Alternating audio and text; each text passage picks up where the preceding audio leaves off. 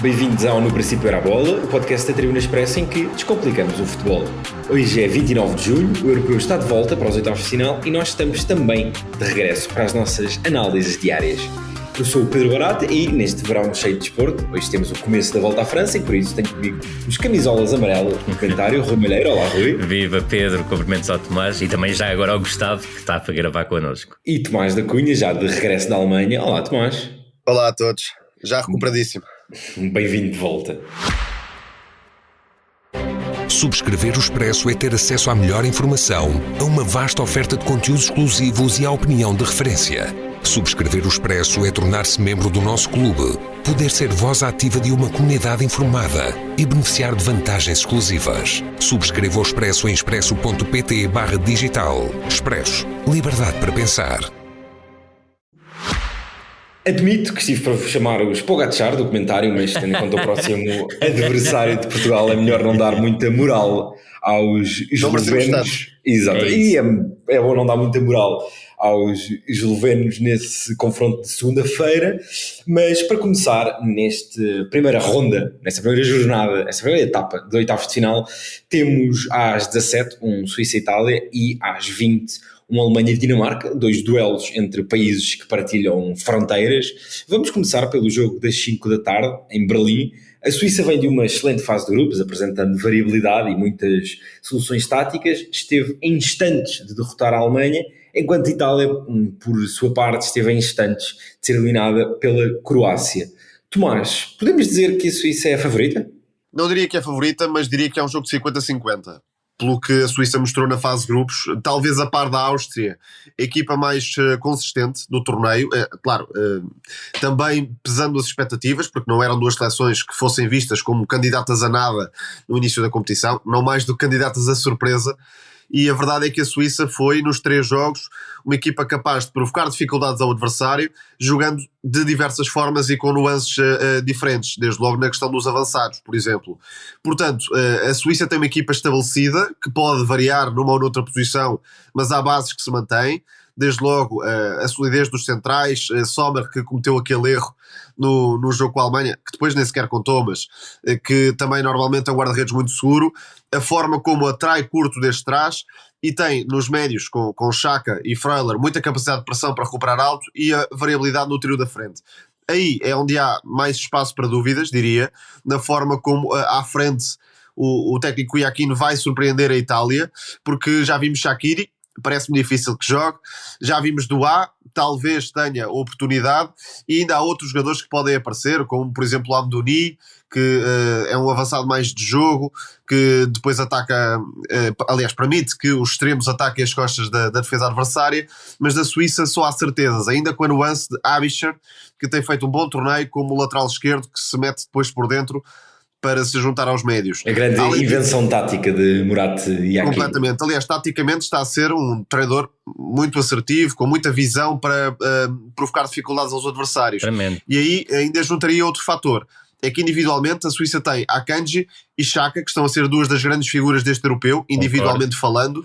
E na Itália não há sequer uma previsão de como é que a Squadra Azzurra vai competir. Certo. Isto é, o último jogo foi um pequeno milagre, com alguns ajustes de Spalletti, mas imagino que a Itália queira baixar linhas, dar a bola à Suíça para não se expor muito às entradas dos atacantes suíços e depois tentar explorar ataques mais rápidos, e é nesse sentido que os jornais italianos dão nomes como El Shaarawy e Chiesa na frente. Sim, Tomás, para tentar aproveitar o espaço. Deixa-me pegar nisso e trazer também o Rui para a conversa. Rui, Itália começou este europeu com uma ideia interessante, com aquela acumulação de gente relativamente criativa, como Pellegrini, Fratesi, Chiesa. O quadrado no meio campo, basicamente. Exatamente, não é? Mas Spalletti foi alterando e o 11 que se projeta para este final de tarde é uma absoluta novidade.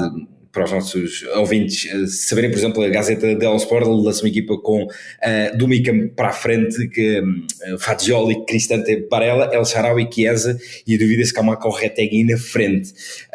Parece-te muito baralhar e voltar a dar de Spalletti? Parece muito isso, e sobretudo um aspecto que me parece importante, é que a Suíça vai manter a sua linha, e o Tomás já referiu os jogadores-chave.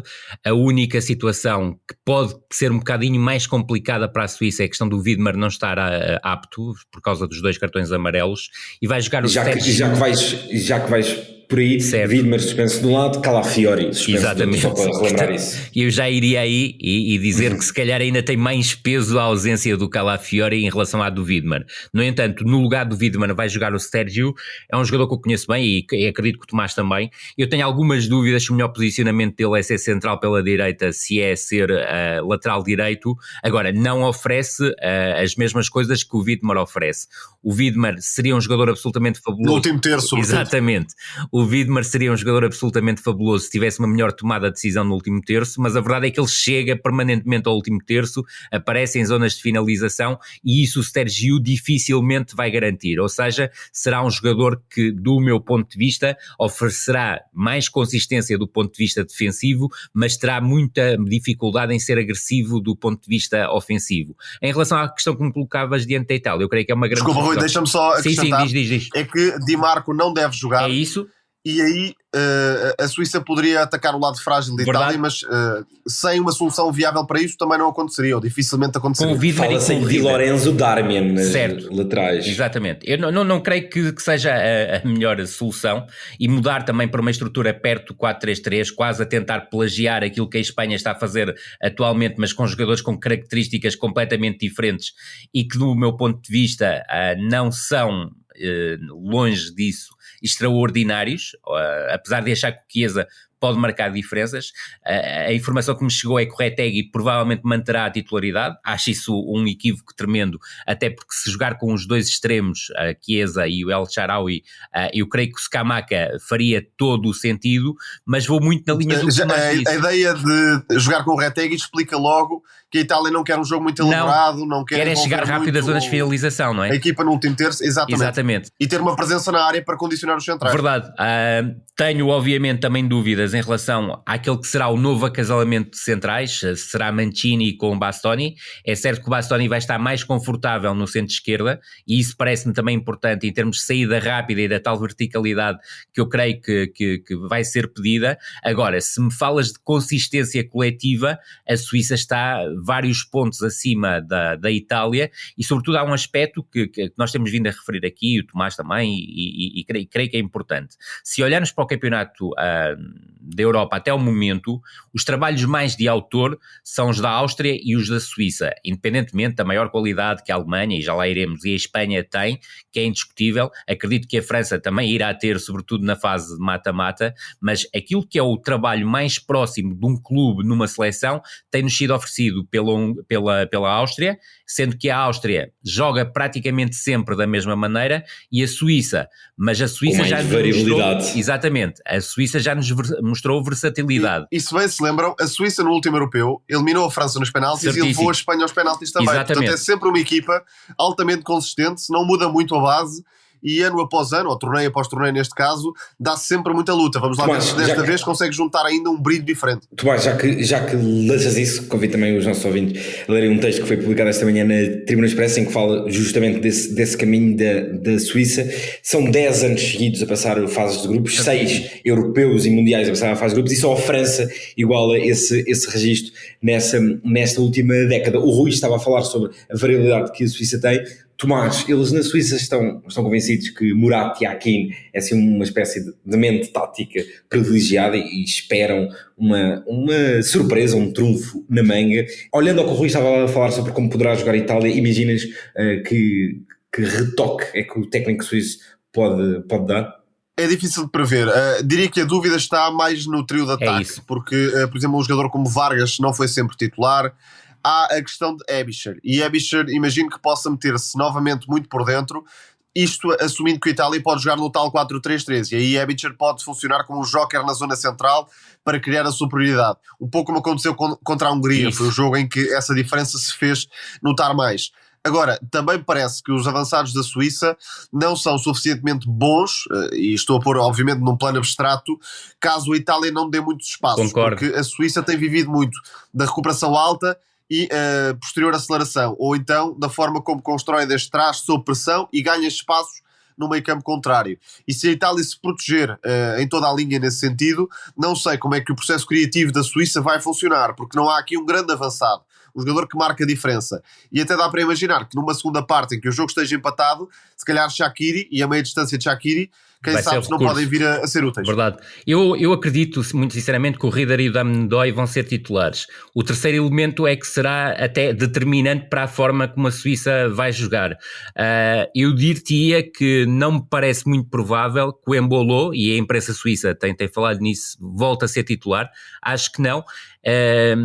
Não sei se o Tomás concorda comigo. Eu creio que o jogador que poderá contribuir para criar mais desequilíbrio juntamente com estes dois é o Amnouni, juntando também obviamente a hipótese de jogar com o Vargas a partir do corredor esquerdo e colocar o Dam-Doy mais no centro, mas aí aquilo que me parece é que seria aquilo que a Itália mais apreciaria em termos de jogo ofensivo por parte da Suíça. E do A, assumindo que a Itália vai defender-se mais baixa, tal como aconteceu contra a Croácia, pode dar outro tipo de presença, até para responder a cruzamentos, do que jogadores como Amdouni ou Embolo, que não são de todos especialistas nesse registro. E na partida em que a Suíça teve mais a iniciativa contra a Hungria, do A fez notar essa sua presença na área. Só uma nota final, que El Shaarawy poderá entrar aqui no 11 um pouco, eu diria, de paraquedas. Ele que se... E a Itália vai jogar onde foi campeão do mundo, fica também esta nota simbólica. É verdade. Exatamente. Em 2006, El Shaarawy estreou-se por Itália, em 2012, mas poderá só agora fazer o seu primeiro jogo a titular numa fase só para final. Concluir, deixa-me só dizer isso, eu tenho dito como a Martins-Vili é o melhor guarda-redes do torneio, mas Donnarumma. É quase um empate com Donnarumma, e Donnarumma pode fazer a diferença neste tipo de jogo.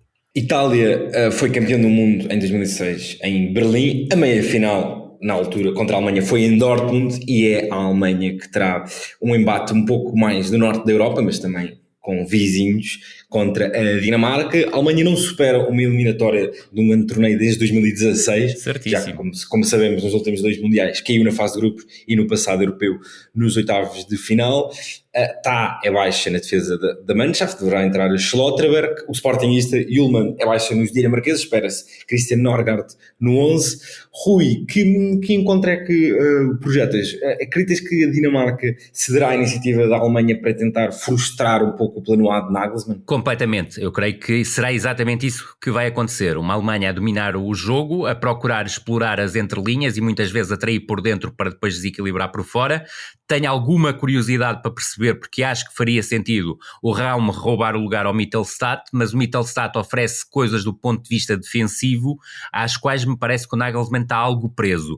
Portanto, do meu ponto de vista, faria sentido o Raum ser titular pela capacidade que tem para criar mais desequilíbrios pelo corredor esquerdo, até atendendo à própria questão da defesa da Dinamarca não ser propriamente rápida, bem pelo contrário, ainda que tenha melhorado com a colocação do Vestergaard por central pelo meio, porque o primeiro jogo com o Vestergaard como central como pela esquerda foi quase desastroso. Agora, é uma Dinamarca que recusa muito ter iniciativa no jogo e procura, um bocadinho com similitudes com a Eslovénia, tentar chegar rápido às zonas de finalização, ou seja, reduzir ao máximo o tempo de ataque.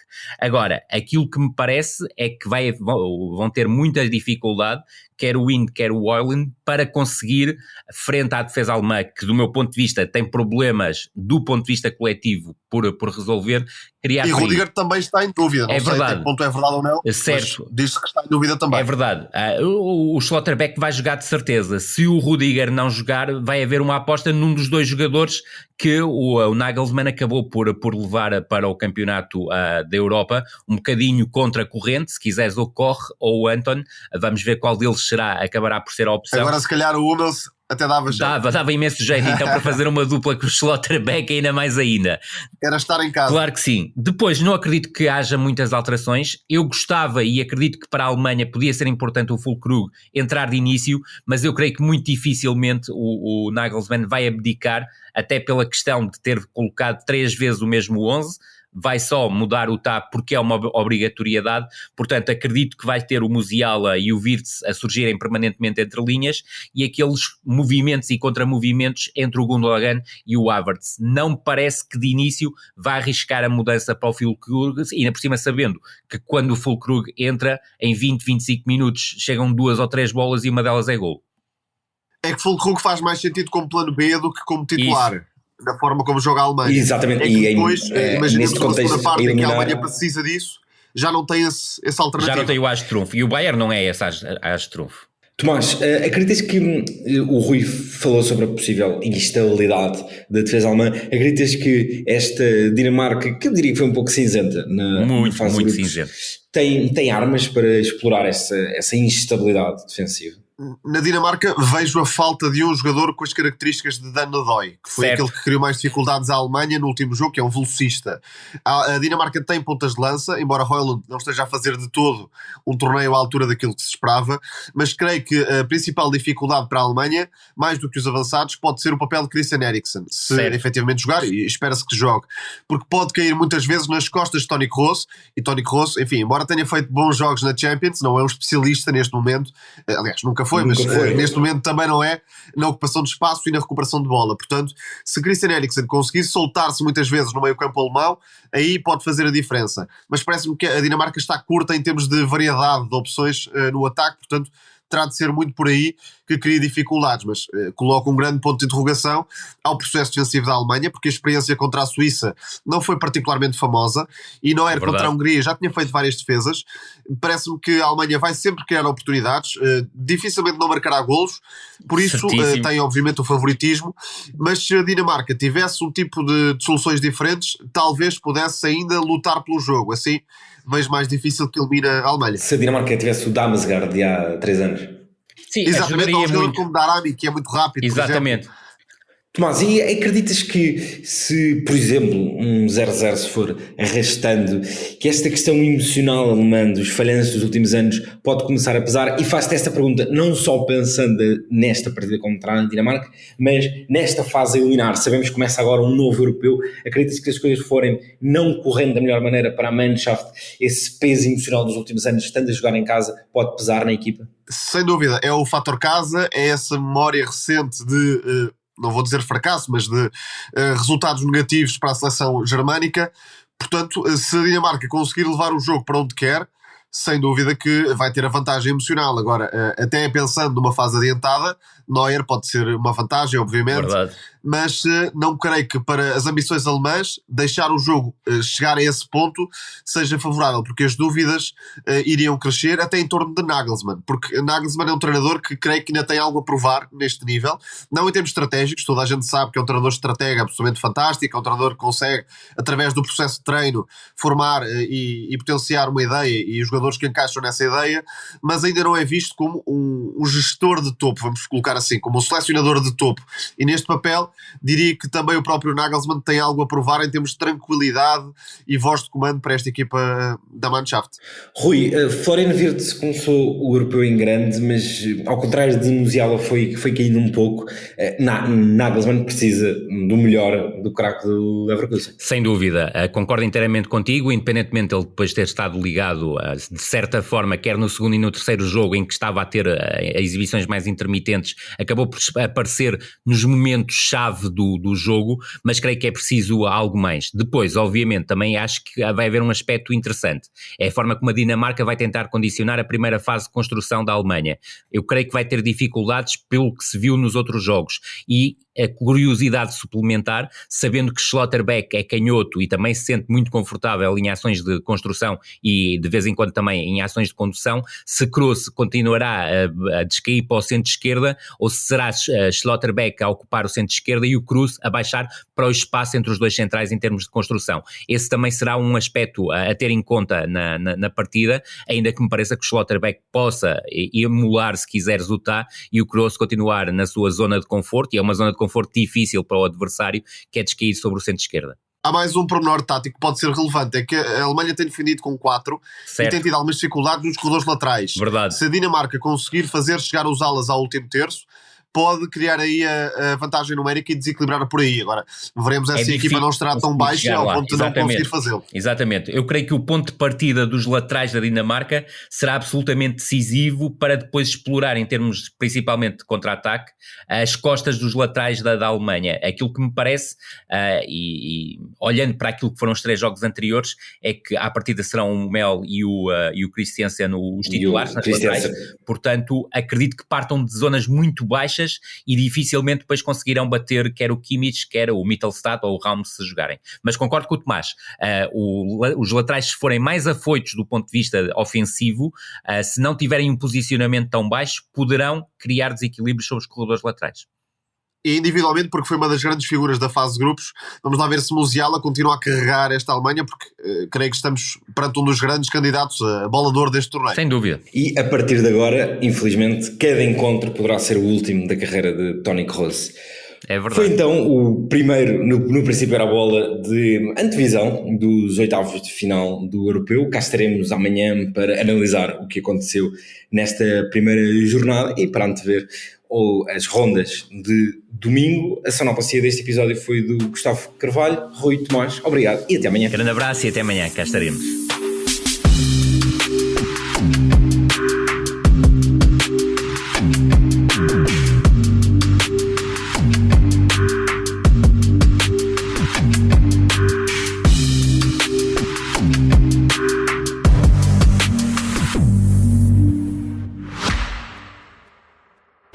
Subscrever o Expresso é ter acesso à melhor informação, a uma vasta oferta de conteúdos exclusivos e à opinião de referência. Subscrever o Expresso é tornar-se membro do nosso clube, poder ser voz ativa de uma comunidade informada e beneficiar de vantagens exclusivas. Subscreva o Expresso em expresso.pt/digital. Expresso. Liberdade para pensar.